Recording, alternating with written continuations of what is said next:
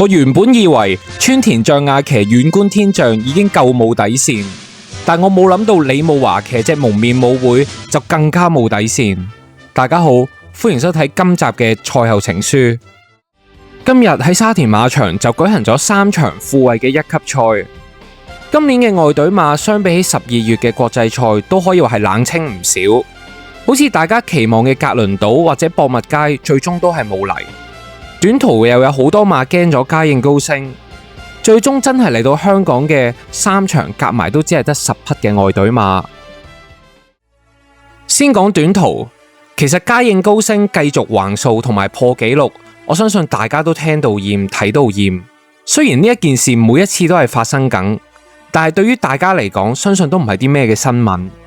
喺當今馬壇依然冇任何馬可以威脅到佢最強短途馬嘅地位。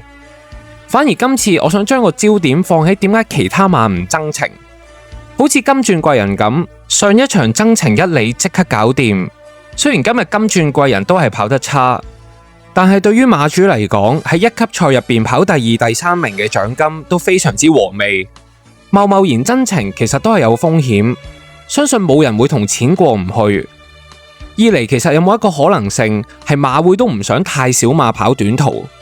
即係你話驕陽明區去俾1里，舉步新風、精算暴雪呢啲又走去跑1里，一嚟會逼到一啲其他1里馬，二嚟當呢啲高分嘅馬都唔再跑短途，咁唔通嘉應高升要同啲3班馬一齊跑咩？相信場面都幾難睇。好聽啲講嘅，你可以話嘉應仔太標青，但係其實難聽啲講，你都可以話係冇乜短途新星上嚟。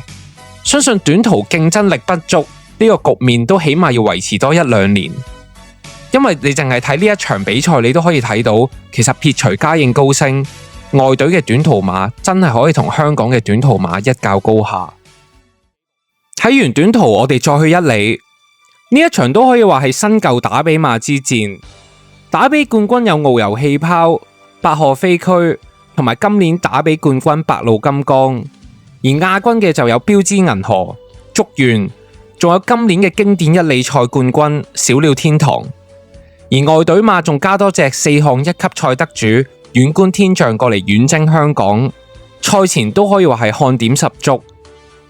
因為其實你知我知，單眼佬都知，暫時嘅1里都可以話係外隊馬最容易提款嘅一場。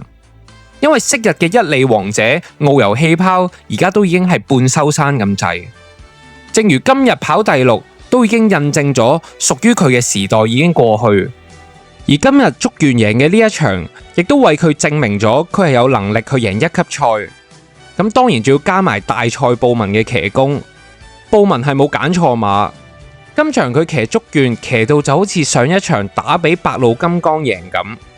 一方面因為有快步速嘅幫手，另一方面布文攞位發揮真係一絕。末段亦都頂住後邊追得好勁嘅百賀飛駒，再一次穿一條翻版嘅打比 Q， 終於都幫竹園出頭。事實證明 OK 哥係冇揀錯馬。至於賽前大熱門嘅日本馬遠觀天象，即係其實我都諗唔明點解佢會係大熱，仲要係川田神騎上去。我原本以為佢係威係勢，應該點都有翻啲嘢睇啩。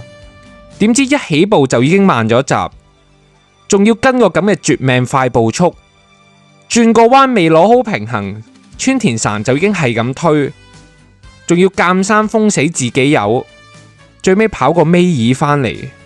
雖然我都好認同，其實換個第2個騎師，結果都唔會有好大嘅分別，但係單論呢一場川田嘅表現係點，我就留翻俾你哋去評價。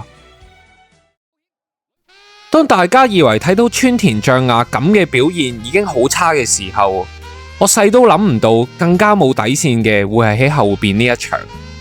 講緊嘅就係女王杯李慕華騎嘅呢一隻蒙面舞會。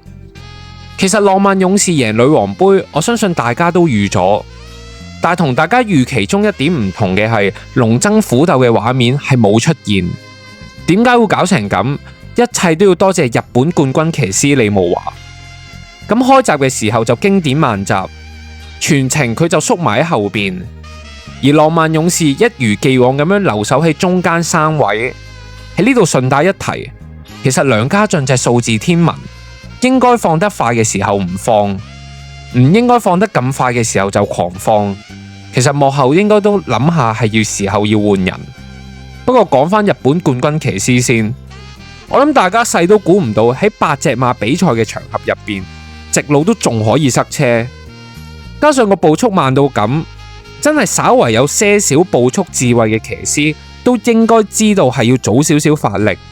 但係華迪哥都係堅持要塞喺後邊，直路又唔拉出去出邊衝，去到最後300米左右先至望空衝。喂，大佬啊，呢個衝程仲短過喺谷草，俾隻春秋分你都追唔掂啦，係嘛？佢係咪以為騎咩都係春秋分？你嘅主要對手假假地都係香港馬王，唔係咁睇小浪漫勇士係嘛？浪漫勇士都已經喺前面衝順晒，你最後先姍姍來遲咁樣追過冇威脅嘅第二，同大家預期中好似日本杯咁樣同格倫島短兵相接嘅畫面係完全冇出現。咁當然浪漫勇士係完全值得贏，但係能夠贏得咁輕鬆，真係全靠發緊夢嘅李慕華。唔知大家又點睇呢幾場？可以留言話俾我哋知，訂閱讚好，我哋下期見，拜拜。